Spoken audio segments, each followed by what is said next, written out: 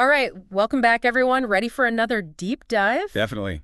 Awesome. Today, we're diving into the world of integration in Italy. Ooh, interesting. Yeah, and it's something, a lot of our listeners have been asking about, especially with all the, with global movements like Black Lives Matter. Yeah, makes sense. So we're looking at this blog post by Gaius Samo. It's called I tempi sono ormai maturi. Okay, and what does that mean?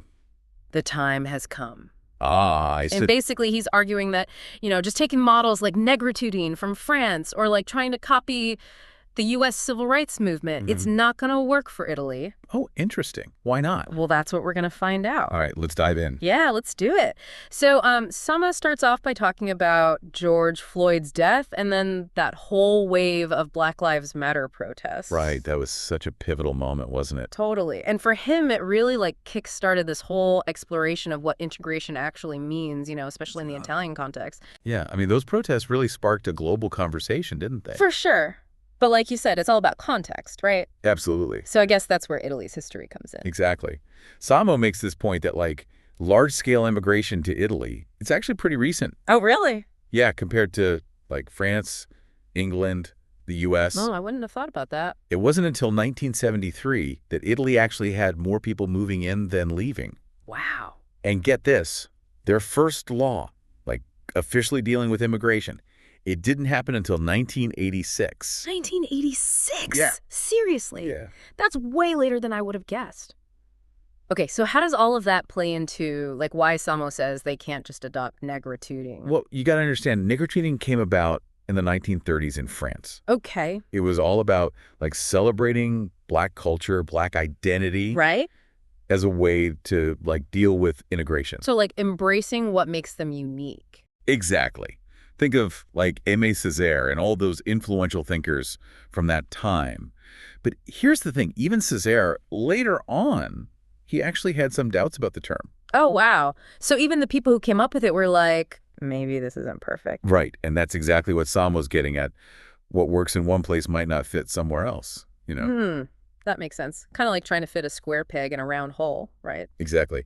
It reminds me of like the U.S. Civil Rights Movement, all those powerful images like the Selma to Montgomery marches, Martin Luther King Jr.'s I Have a Dream speech. Yeah, those are huge moments in the fight for racial equality in America. For sure. But Samo's saying, hold on, we can't just draw these direct comparisons. Okay, so what's he saying instead? He thinks Italy needs its own way of doing things, a tailor-made approach, moving beyond just like physical appearances and looking at a wider range of factors. Wait, I'm listening. And one of the really fascinating things he brings up is the language barrier. The language barrier. Okay, now I'm really curious. How does that play into all of this? Well, think about it. If you don't speak the language, it's hard to like really become part of society, just basic things, having conversations, understanding, all those little cultural things. Right, it'd be like incredibly difficult. It becomes this huge obstacle. Yeah, I can see that. And Samo's suggesting this might have been an even bigger deal in Italy than in, say, countries with like a colonial history where a lot of immigrants already spoke the language when they arrived. Oh, right, because they were forced to learn it. Exactly. Wow, that's a really interesting point. So Italy's got this later wave of immigration, and now they're trying to figure out how to make integration work for them. Yeah. Did Samo mention any specific things happening in Italy that are trying to address all of this? He does bring up this group called Rete delle Seconde Generazioni, the network of second generations. Okay. They started in the early 2010s, and it's basically a bunch of second-generation immigrants speaking out, So they're like the children of immigrants who grew up in Italy. Right. And they're becoming a pretty powerful voice for change, pushing for more inclusion and understanding. That's awesome. It sounds like they're advocating for an approach that recognizes their unique experiences, right? Absolutely. They're kind of bridging that gap between two cultures. So if just copying other models isn't the answer, what does Samo think Italy should do? Well, he doesn't really give us a simple, like, step-by-step solution. Oh. Which, honestly, I think that's part of what makes his perspective so interesting. Okay, I see what you mean. He's calling for this uniquely Italian approach, something that really considers both the good and the bad from other countries. Like learning from what worked and what didn't. Exactly. Yeah. He wants Italy to analyze why things succeeded or failed, and then use that knowledge to come up with their own solution. That's pretty smart, actually. It's No. not about just blindly following someone else's playbook. Yep. I'm also really intrigued by this part where he talks about language and how it shapes how we see things. Oh, yeah, that's fascinating. He talks about the difference between a word's actual meaning, like its denotation, and the feelings it brings up, its connotation. Hmm. And he uses this great example, the word nero in Italian, which just means black. Right. So, like, on the surface, it's just a color, right? Yeah, but But he's saying that in a lot of situations, it carries this negative connotation, like almost a sense of prejudice. it's true. Words have so much power. Totally. And this leads him to ask this really thought-provoking question. Why use the phrase di colore, which means of color, Okay. which doesn't have a clear literal meaning when you could just use nero, which has both a meaning and a feeling attached to it? Whoa, that's deep. Right. It makes you think about how subtle language can be and how it can influence how we understand things. Absolutely. And it challenges us to think critically about the words we use, For sure. because sometimes even the words we think are neutral can actually be loaded with all sorts of baggage. Yeah, that's a great point. It's like he's saying, pay attention to the words you use. Exactly. He's encouraging us to be more mindful, more aware of the impact our language can have. And to, like, really think about the messages we're sending, even unintentionally. Absolutely. Okay, well, this is already super fascinating. Right. We're just getting started. We've got so much more to uncover in this deep dive into integration in Italy. I'm excited to see where this goes. And, what's really important here is Samo's not saying, hey, forget about what other countries have gone through. Right? He's actually saying we should learn from them. So it's about taking those lessons and figuring out how they apply to Italy. Exactly. He's pushing for a plan, an approach that makes sense for Italy. With its own history and culture and everything. Absolutely. All those unique things about Italy. This blog post is making me think, it's not about just finding one solution that fits everyone. Nope, not at all. It's about understanding that every country is different. Right. And it's about not oversimplifying things. We can't just assume something that worked in one place will automatically work somewhere else. It's like those color blindness ideas. Oh, yeah. Like, just ignore race completely. But even though the idea might be good, treat everyone equally. Right.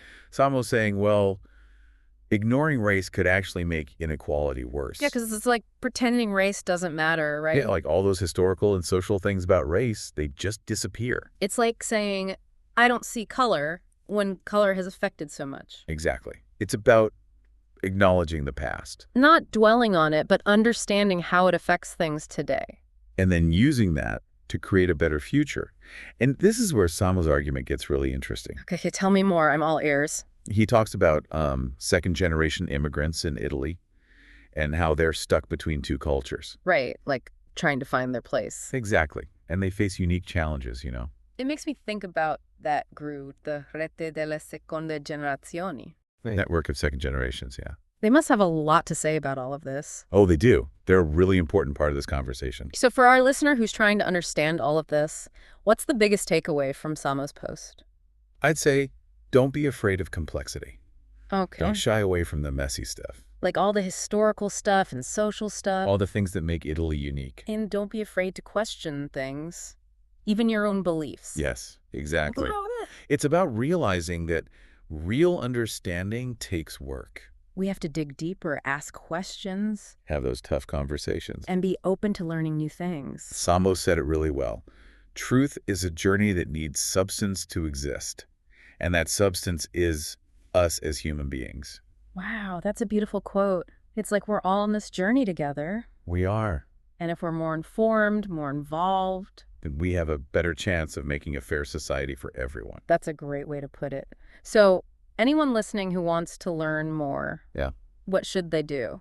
Seek out different voices, different viewpoints. Like read articles, listen to other podcasts. Exactly. Talk to people from different backgrounds. The more perspectives, the better. Right. The more we learn. And remember, it's not about finding one right answer. It's about constantly learning and growing. Yeah, and being open to changing our minds. Embracing all the messy parts. Yes.